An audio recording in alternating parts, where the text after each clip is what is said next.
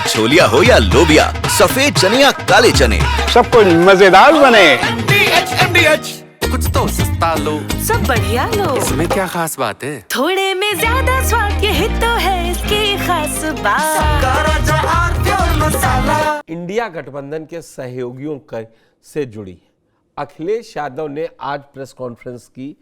उन्होंने voter list का मुद्दा बनाया था कल, आज भी उन्होंने प्रेस कॉन्फ्रेंस में इसी बात पर जोर दिया, और लेकिन ये भी साफ किया कि जो सहारनपुर से कांग्रेस के सांसद हैं, वो जो लगातार समाजवादी पार्टी पर हमलावर हैं, उन्होंने साफ किया कि समाजवादी पार्टी इंडिया गठबंधन से ही चुनाव लड़ेगी, साथ में मिलकर लड़ेगी। और उत्तर प्रदेश में इंडिया गठबंधन का मतलब कांग्रेस और समाजवादी पार्टी है।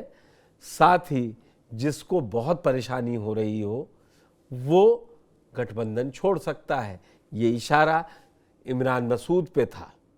पहले ये रिपोर्ट देखिए, फिर इस पर चर्चा करते हैं। हमारा इंडिया गठबंधन इंटैक्ट है। इंडिया गठबंधन लड़ेगा चुनाव। मैं कांग्रेस को किसी बैसाखी की जरूरत नहीं है। वोट राहुल गांधी के नाम पर बढ़ा है 2024 के अंदर। राहुल गांधी के नाम के ऊपर इमरान मसूद एमपी बना है, किसी और के नाम पर एमपी नहीं बना हूं मैं। उत्तर प्रदेश में समाजवादी पार्टी और कांग्रेस के रिश्ते कैसे हैं, इसको लेकर सियासी गलियारों में अटकलें लगती रहती हैं। हालांकि सपा मुखिया अखिलेश यादव ने इसको लेकर खुद ही बड़ा बयान दे दिया है। लखनऊ में आयोजित प्रेस कॉन्फ्रेंस में अखिलेश यादव ने साफ कर दिया कि सपा कांग्रेस के बीच अभी सब कुछ ऑल इज वेल है। हमारा इंडिया गठबंधन इंटैक्ट है। जिनको जाना इंडिया गठबंधन से चला जाए बाहर। इंडिया गठबंधन लड़ेगा चुनाव। अखिलेश यादव ने साफ कर दिया है कि उत्तर प्रदेश में इंडिया गठबंधन मजबूत है और सपा कांग्रेस यूपी 2027 का विधानसभा चुनाव मिलकर लड़ेगी। उनके इस बयान से गठबंधन में एकजुटता का संदेश गया है। साथ ही ये आने वाले चुनावी समीकरणों को लेकर भी महत्वपूर्ण संकेत हैं। हमें किसी के बयान पर, हमें किसी ने पत्रकार साथी के ट्वीट पर या सोशल मीडिया लिखने पर आपसे या और से हमें कोई लेना देना नहीं है। हमारा इंडिया गठबंधन इंटैक्ट है। जिनको जाना इंडिया गठबंधन से चला जाए बाहर। इंडिया गठबंधन लड़ेगा चुनाव। अखिलेश यादव का ये बयान ऐसे वक्त में आया है जब कांग्रेस सांसद इमरान मसूद इन दिनों लगातार सपा पर हमलावर हैं। इमरान मसूद कहते रहे हैं कि यूपी में कांग्रेस को किसी बैसाखी की जरूरत नहीं है। सहारनपुर में कांग्रेस के सांसद ने कहा था कि समाजवादी पार्टी में मुस्लिम नेतृत्व को खत्म किया जा रहा है। आपको वोट मुसलमान इस उम्मीद में देता है कि आप मुसलमान की मदद करोगे। मुसलमान के इश्यूज के ऊपर आपकी खामोशी मुसलमान को बेचैन करती है। हम लोग बोलते हैं तो आपको परेशानी होती है। आजम साहब की बर्बादी की दास्तान सारी दुनिया ने देख ली। रिजवान जई जेल में, जाहिद बेग जेल में, इरफान सोलंकी जेल में। अभी ताजा मामला अली महमूदाबाद के साथ हुआ। आपकी तरफ से तो एक आवाज भी नहीं उठती है। हमारे लिए बोलेगा कौन? तो हम लोग अपने आप में सक्षम है। कांग्रेस को किसी बैसाखी की जरूरत नहीं है। वोट राहुल गांधी के नाम पर बढ़ा है 2024 के अंदर। राहुल गांधी के नाम के ऊपर इमरान मसूद एमपी बना है, किसी और के नाम पर एमपी नहीं बना हूं मैं। लेकिन ये तो विधानसभा का चुनाव और अब कह रहे हैं। अब विधानसभा का चुनाव जब आएगा तो विधानसभा के चुनाव में जिसको अलायंस करना है या नहीं करना है ये तो पार्टी फैसला करेगी। लेकिन कार्यकर्ताओं की हत्या कर करके राजनीति नहीं हो पाएगी कि उनकी राजनीतिक हत्या की जाएगी। सारे नेताओं को आप खत्म करना चाहते हो कि तो खत्म नहीं हो पाएंगे। इमरान मसूद ने यह भी कहा था कि विधानसभा चुनाव में 80-17 वाला फॉर्मूला नहीं चलेगा। लोकसभा की 80 में से कांग्रेस को पिछली बार गठबंधन में सिर्फ 17 सीटें मिली थी। मसूद का दावा है कि कांग्रेस 200 सीटों पर चुनाव लड़ने की तैयारी कर रही है। वहीं अखिलेश यादव ने पार्टी कार्यकर्ताओं से कहा है कि हमारा कांग्रेस से गठबंधन है और हमें मिलकर चुनाव लड़ना है। इमरान मसूद को लेकर हम कांग्रेस में बड़े नेताओं से बात कर लेंगे। ये कोई बड़ा मामला नहीं है। आप सब गठबंधन को जिताने में लग जाइए। तो अखिलेश यादव लगातार एक्टिव हैं और वो 27 पर नज़र बनाए हुए हैं। आपकी बहुत पहले से वो कह रहे हैं इंडिया गठबंधन इंटैक्ट है और वो साथ लड़ेंगे। लेकिन जिस तरीके के तेवर बीच में पिछले एक महीने से अगर कहें तो इमरान मसूद लगातार अटैक थे, जो कांग्रेस का संगठन सृजन कार्यक्रम चल रहा था उस दौरान वो कांग्रेस कार्यकर्ताओं का मनोबल ऊंचा करने के लिए कर रहे थे या कि कुछ और कहानी है। मेरे साथ प्रोफेसर सुधांशु कुमार जुड़ चुके हैं। सुधांशु जी, आपका बहुत बहुत स्वागत है। उत्तर प्रदेश की राजनीति ऐसी है कि समझ में नहीं आता, कम से कम विपक्ष में वो ये लगता है कि दोनों साथ ज़्यादा चलने लगते हैं तो आपस में कोई कहता है ये इन्हीं का वोट बैंक काट लेगा, ये इन्हीं को नुकसान पहुंचा देगा। ये ट्रोलर्स की कहानी है या हकीकत भी है कि कांग्रेस ज़्यादा मजबूत होगी तो नुकसान अखिलेश यादव को होगा और अखिलेश यादव 27 से पहले कांग्रेस को नहीं छोड़ना चाह रहे?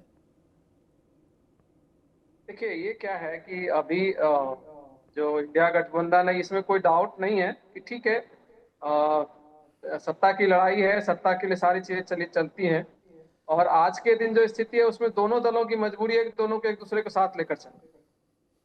वैचारिकी और बाकी चीजों का दौर तो अलग है, क्योंकि अभी जो सबसे बड़ी बात यह है ना कि आपके सामने जो पार्टी खड़ी है वो इतनी मजबूत है कि आप अकेले दम पर उनको हरा नहीं सकते। ये बहुत स्पष्ट है, दोनों को मुझे लगता है कि दोनों के नेतृत्व को ये स्पष्ट है। और आपने अखिलेश यादव जी का बयान दिखाया, मैं अविनाश पांडे जी जो कांग्रेस के उत्तर प्रदेश के प्रभारी हैं, उन्होंने भी ये बयान सेम लगभग बयान दिया है। एकदम स्पष्ट कह रहे हैं कि भाई हम 2027 का चुनाव इंडिया गठबंधन के तहत लड़ेंगे और आज के दिन में उत्तर प्रदेश में इंडिया गठबंधन का मतलब कांग्रेस और सपा ही है और कोई दूसरे दल है भी नहीं। जो अगर कोई एक दो दल छोटे छोटे दल हैं भी तो वो भी सपा के थ्रू ही इंडिया गठबंधन का हिस्सा बनते हैं। और पिछले दफा भी जो टिकट बंटवारा वगैरह हुआ था तो सपा ने, हालांकि तब अलग लड़े थे, लेकिन सपा ने ही छोटे छोटे दलों को अपने साथ जोड़ा। अब जो ये जो बयान आप दिखा रहे हैं, मुझे देखिए दो चीजें इसमें लग रही है पुष्कर जी। एक तो क्या है कि अभी से मुझे लगता है कि 20-25 दिन पहले एक कांग्रेस के अंदर एक बड़ी चर्चा थी कि कांग्रेस जो है अपने राज्य का, उत्तर प्रदेश का अध्यक्ष नया बनाने की कोशिश में लगी हुई है। और उसके अंतर्गत मुझे लगता है कि एक इमरान मसूद जी भी एक बड़े नाम के रूप में थे कि हो सकता है कांग्रेस एक नया कॉम्बिनेशन खड़ा करे और मुसलमान लीडरशिप जो है अध्यक्ष के रूप में दी। तो ये एक शायद मुझे लगता है कि अब इसके क्या है पूरा अंदर तहखाने में क्या चल रहा है मुझे एग्जैक्ट जानकारी नहीं है, लेकिन ये मीडिया के थ्रू ही मेरे पास ये जानकारी आई थी। कई सारे छोटे छोटे चैनलों ने और खास करके यूट्यूब ने इसको चलाया था और मुझे जो जानकारी मिल रही, चूंकि देखिए वहां पर क्या है, कॉम्बिनेशन खड़ा करने की कोशिश कांग्रेस कर रही है जो, और अगर आपको देखना है ना इसको आप बिहार से भी देख सकते हैं कि चूंकि आप याद करिए हम लोग कई बार आपके चैनल पर भी डिस्कशन किया पंकज जी के साथ, तब भी ऐसे ही लग रहा था क्योंकि कांग्रेस ने एग्रेसिवली शुरू किया और ऐसे लगा था कि कांग्रेस जो है पूरा 243 सीट पर बिहार में अकेले चुनाव लड़ेगी। और तब भी कई लोग कहते रहे, मैंने बार बार कहा कि गठबंधन के ऊपर कोई फर्क नहीं पड़ने वाला। तो मुझे भी यही लग रहा है कांग्रेस शायद बिहार के बाद जो है, चूंकि उसको जो मेजर चुनाव लड़ना होगा उत्तर प्रदेश ही बचेगा 2027 का, तो वो एक तैयारी शुरू कर चुकी है। और दूसरा ये है कि बंगाल में जाएंगे अब की नहीं जाएंगे कांग्रेस से? बंगाल में कांग्रेस का बहुत ज्यादा है नहीं ना पुष्कर जी, आप इस बात को समझिए। अब खत्म माने, अब तो मरहूम सीताराम येचुरी जी भी नहीं रहे। नहीं मतलब कांग्रेस अगर अकेले लड़ेगी तो कुछ नहीं कर सकती, और जिस तरह से पीछे जब लोकसभा में ममता जी नहीं मानी तो विधानसभा में वो कितना मान जाएंगे, ये भी हम सब मतलब इतना तो पॉलिटिकल समझ है हम सबों की, वहां पर इनका कुछ बहुत स्टेक पे नहीं है। तो इसलिए मैंने कहा कि मेजर चुनाव जो है बिहार के बाद, और जिसमें कि आप चेंज कर सकते हैं, मतलब आस जगी हुई है दोनों दलों को कि हम बदल सकते हैं अगर एक यूनाइटेड फेस लेकर जाएं और अच्छी तैयारी करें। अभी 1-1.5 साल का समय है। उत्तर प्रदेश में अगर दोनों दलों ने जिस तरीके से आज, अच्छी बात यह है महागठबंधन के हिसाब से, इंडिया गठबंधन के हिसाब से, कि दोनों की लीडरशिप बड़े ठोस ढंग से कह रही है कि कोई कंफ्यूजन बनाने की जरूरत नहीं है, कार्यकर्ता तक कोई भी गलत मैसेज ना जाए कि हमारा कोई अलग होने का कोई भी प्लान है। और अगर आप देखिए जमीनी हकीकत भी अगर पुष्कर जी हम देखेंगे तो जमीनी हकीकत भी यही कहती है कि कांग्रेस चाहे कुछ भी बोले, और ऐसा नहीं है, पिछले विधानसभा में हम देख चुके हैं, उसके पहले वाले विधानसभा में ये मिलकर लड़े थे, तब भी चलिए उस समय चूंकि एक अलग दौर था, बीजेपी अपने पूरे उफान पर थी। लेकिन आज के दिन में अगर कोई ये, अगर थोड़ी सी भी कोई भी अगर ये राजनीतिक सलाह कांग्रेस को या सपा को देता है कि भाई आप अलग अलग होकर लड़ लो या कोई अलग होकर लड़ने से आप कोई बड़ा मिरेकल कर जाओगे, तो उससे बड़ी बेवकूफी मुझे लगता है नहीं। 22 के नतीजे बहुत बड़ा आईना है कांग्रेस के लिए कम से कम। बिल्कुल। और फिर बिल्कुल, 24 कोई के doubt नहीं है नतीजे उसमें।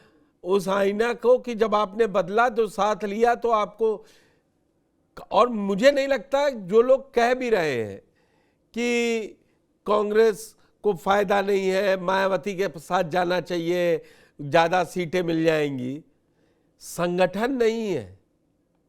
कांग्रेस की सबसे बड़ी समस्या संगठन ना होना जमीन पे। दो चीजें हैं पुष्कर, देखिए इसमें क्या है, एक तो आज के दिन में बसपा की स्थिति क्या है उसको भी एनालाइज करना पड़ेगा। आप चले जाएंगे, लेकिन बसपा तो विपक्ष की भूमिका से बिल्कुल अपने को हटा चुकी है ना। और जनता अगर बीजेपी को हटा के चुनेगी तो फिर अब कोई ना कोई एक विपक्ष का दल चुनेगी। अगर चुनती है तो मुझे नहीं मालूम क्या होगा 2027 का रिजल्ट, लेकिन अगर मान लीजिए, क्यों जनता सरकार बदलेगी, इसलिए कि उसको कोई बीजेपी से नाराजगी है। तो बीजेपी की नाराजगी को जो जो विपक्ष में सामने दिख रहा है, जनता उस तरफ जाएगी। और आज के दिन अभी मतलब डिस्कशंस हैं, सारी चीजें, अभी भी मायावती जी का ट्वीट सारा आ रहा है। आप देखिए कोई भी चीज के ऊपर क्या मायावती जी उस तरह से एग्रेसिव दिख रही हैं उत्तर प्रदेश गवर्नमेंट के खिलाफ, कब उन्होंने बोला है कि हाँ जी इतने सारे चीजें, इतनी सारी दिक्कतें आने के बावजूद कभी भी मायावती जी बोलती उस तरह से दिख नहीं रही। तो जनता के बीच उनकी कोई पकड़, अब उस, अच्छा ये सब चीज ऐसा नहीं कोई हम लोग आज बैठ के बयान कर रहे हैं। 2024 का रिजल्ट बता रहा है, 2019 का रिजल्ट बता रहा था, 2022 का रिजल्ट बता रहा था कि मायावती जी कहां पर स्टैंड कर रही है। तो अगर कांग्रेस आज इस तरह का, या कांग्रेस को कोई ऐसी सलाह दे रहा है तो बहुत गलत सलाह है, इसका कुछ नहीं मिलने वाला। और आज जहां पर स्टेशन है और जो कॉम्बिनेशन अभी बना हुआ है वो कॉम्बिनेशन ज्यादा अच्छा करेगा, क्योंकि इसमें भी फिर मायावती जी की भूमिका है। क्योंकि जो 2024 का रिजल्ट है, आप उसको उठाकर, हम लोग सारे लोग बहुत बहस उस पर कर चुके हैं, मायावती की जो वोटर्स हैं, और ये जो दो फॉर्मूले हैं, देखिए पुष्कर जी, आज के दिन पूरी राजनीति में एक नया नैरेटिव करने की कोशिश कर रही है बसपा, सपा भी और कांग्रेस भी, और दोनों लगभग एक जगह है उस नैरेटिव के मामले में। एक पीडीए कह रहा है और दूसरा जो है जाति जनगणना और अन्य मुद्दों को लेकर चल रहा है। और वो जो सारा वोट बैंक है उसमें बसपा के ऊपर उसका इम्पैक्ट पड़ता है। और वो 2024 में दिखा है, जब संविधान सुरक्षा और संविधान बचाओ, वो सारी बातें इम्पैक्ट करती है। और वो दलित वोटर जो मायावती, इसीलिए सुधांशु जी मैं बीच में टोक रहा हूं, आपकी बात को आगे बढ़ा रहा हूं। अखिलेश अब वोटर लिस्ट वाला भी मुद्दा ले आए जो राहुल गांधी बड़ी प्रमुखता से उठा रहे थे। उन्होंने कल कहा जो छूटे हैं उन्हें जोड़ेंगे और जिनके गलत बन गए हैं उनको कटवाए जाएंगे वो नाम जो किसी मोहल्लों में ज्यादा कर दिए गए थे। क्योंकि महाराष्ट्र में वोटर लिस्ट को लेकर राहुल गांधी ये मुद्दा छोड़ नहीं रहे जब से महाराष्ट्र का चुनाव हुआ है। आपने देखा था अभी पिछले हफ्ते उन्होंने 13 पेपरों में लेख लिखा था और आंकड़ों के साथ लिखा। उसके बाद मुख्यमंत्री देवेंद्र फडणवीस को खुद उतरना पड़ा। चुनाव आयोग कोई जवाब देने को तैयार नहीं है। नहीं, ये पता है पुष्कर जी, आपको ध्यान हो 2022 के विधानसभा चुनाव के बाद उत्तर प्रदेश में भी ये चर्चा आई थी। अगर आपको ध्यान हो, आप लोगों से बिल्कुल 5 लाख अखिलेश यादव कहते हैं कि 5 लाख से चुराई थी हमारी सरकार, 5 लाख वोटों से चोरी की सरकार। 24 से पहले वो यही टेप बजा रहे थे। नहीं, वो देखिए वो सच्चाई भी है। क्योंकि मुझे याद है उस समय कई सारे वोटर्स उत्तर प्रदेश के मिलते थे जिन्होंने ये कहा कि देखो हमारा नाम ही नहीं है। और एक एक विधानसभा में इतनी संख्या, मतलब अगर आप एक राउंड भी लगाएं, अनुमान तो 2000-3000 ऐसे वोटर्स थे जो जिनके नाम काट दिए गए थे। मतलब जोड़े गए इसकी चर्चा तो नहीं थी, लेकिन ऐसे नाम थे जिनके नाम काट दिए गए थे। और मोटे तौर पे ये वो सारे वोटर्स वो थे जो एक सपा के वोटर्स, ये वो बड़े पैमाने पर शिकायत आई। तो मुझे लगता है अखिलेश जी को, अगर की जो देखिए पॉलिटिकल ये सब चीज लगभग चीजें क्लियर होने लगी। और जो आपने कहा, और ये पूरी आज के डेट में जो भी एक समझदार व्यक्ति है, राहुल गांधी जी के उस आर्टिकल के बाद ये वाकई में है कि भाई चुनाव आयोग जवाब देने की स्थिति में नहीं है। जो सवाल उठाए गए हैं उन सवालों का कोई, आप ठीक है आप कुछ भी किसी के ऊपर बयान कर लीजिए, कमेंट्स कर लीजिए, एक न्यूट्रल ऑब्जर्वर के रूप में भी अगर हम देख रहे हैं तो उन सवालों के उत्तर नहीं है।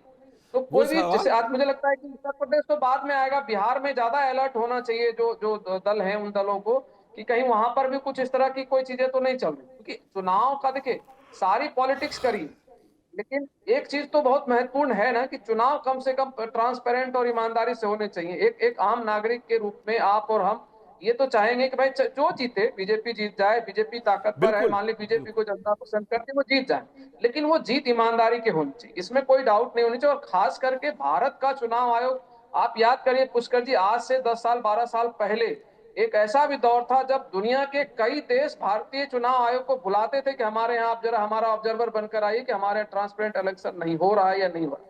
तो ये एक अलग ही चीज है। और उसके ऊपर अगर अखिलेश जी आज से अलर्ट है, क्योंकि मुझे एक चीज बड़ी उसमें रहती है, अखिलेश जी प्रेस कॉन्फ्रेंस बड़ी अच्छी करते हैं, लेकिन पता नहीं जमीन पे कितना जाते हैं, ये एक इंपॉर्टेंट चीज अखिलेश जी के लिए मैं कहूंगा, क्योंकि मैं वो जितना ऑब्जर्व वो एक बात मैं आपको कहूं, जमीन पे जाते हैं या क्या क्या है वो एक अलग, वो समाजवादी पार्टी को सोचना है।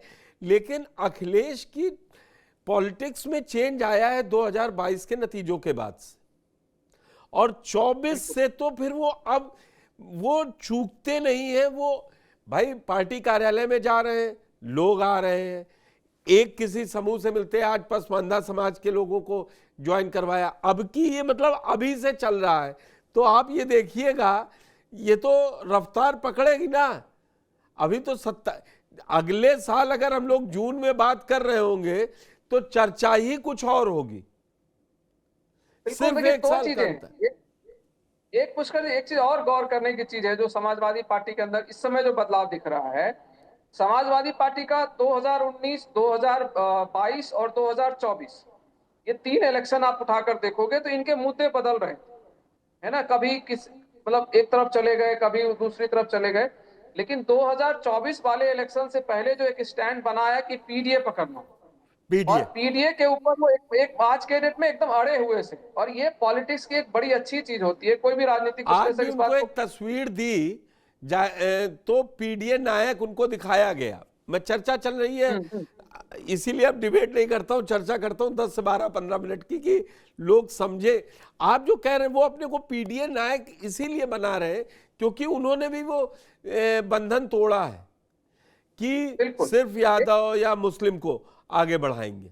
24 के नतीजे बताते हैं। हाँ, बिल्कुल एक कॉम्बिनेशन खड़ा। देखिए मैं जो कह रहा हूँ ना, उससे भी और इम्पोर्टेंट ये है ना कि पहले क्या करते थे कि भाई एक तरफ बोला, फिर तुरंत जाके दूसरे मतलब दो नैरेटिव्स है तो दोनों नैरेटिव्स को साधने की कोशिश में लग जाते थे। पर अभी मोटे तौर पे ये दिख रहा है कि समाजवादी पार्टी और खास करके अखिलेश यादव क्लियर कट एक स्टैंड उन्होंने बनाया हुआ है कि भाई हम तो पीडीए के लिए काम कर रहे हैं, और पीडीए में भी कौन है मोटे तौर पे वो बहुत स्पष्टता से बता रहे हैं कि भाई हमारा ये है। और इसलिए आप देखोगे कि एक कॉम्बिनेशन खड़ा हुआ है। पिछले 2024 के इलेक्शन में दिखा है कि कैसे उन्होंने बड़े पैमाने पे जो मौर्य और इस तरह के जो अन्य जातियां हैं, यादव 5 यादव को टिकट मिला था, बाकी सारे के सारे जो है दूसरी पिछड़ी जाति के थे। और आश्चर्यजनक रूप से ये था कि जो मतलब जो रिजर्व कंस्टिट्यूंसी नहीं है, एक सीट ऐसी भी थी जो रिजर्व कंस्टिट्यूंसी नहीं है, लेकिन रिजर्व कैंडिडेट उन्होंने वहां पर अयोध्या और मेरठ में 10,000 से केवल सुनीता वर्मा चुनाव हारी, 10,000 वोटों से।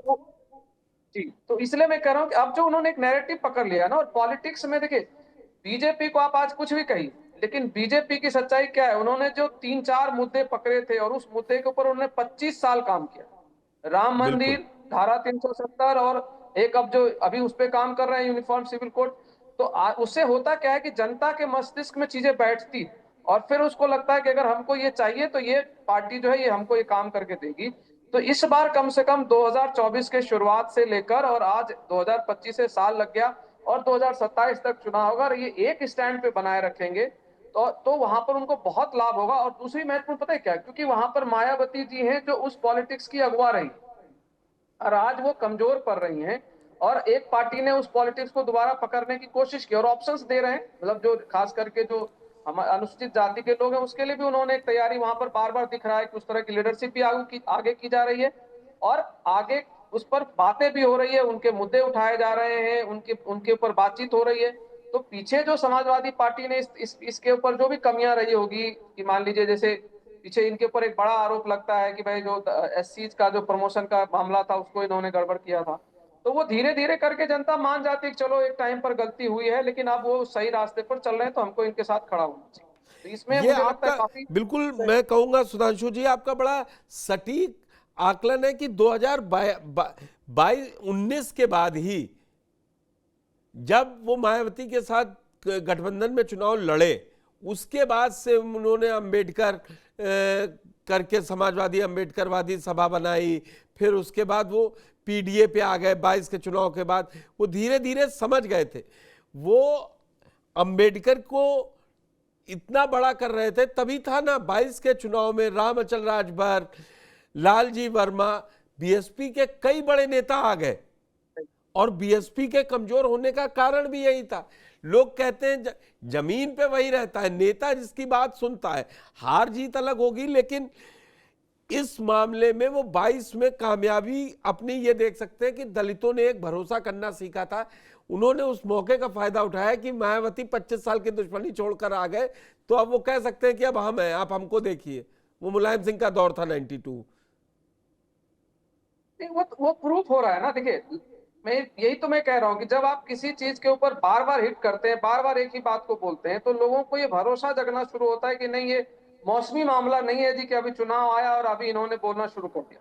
आप चुनाव से, अब जैसे मान लीजिए कि 2022 से ये चीजें चले हुए। एक चीज और आपको बताऊं, मुझे जहां तक ध्यान है कि अखिलेश जी लगातार एक कोशिश कर रहे हैं जिसकी तरफ शायद अभी लोगों की नजर नहीं गई, वो लोहिया और अंबेडकर, मतलब समाजवाद और अंबेडकर मूवमेंट दोनों को एक जगह लाकर चलाने की लगातार कोशिश कर रहे हैं। और वो इसकी चीजें ये दिखती हैं, उनके लीडरशिप में ये दिख रही है। बोल के वो 80-20 खुद ही कहते हैं, 80-20 नहीं 90-10 है, क्योंकि वो कहते हैं लोहिया समाजवाद प्लस अंबेडकर जब जुड़ेगा तो 90% हम आगे जाएंगे।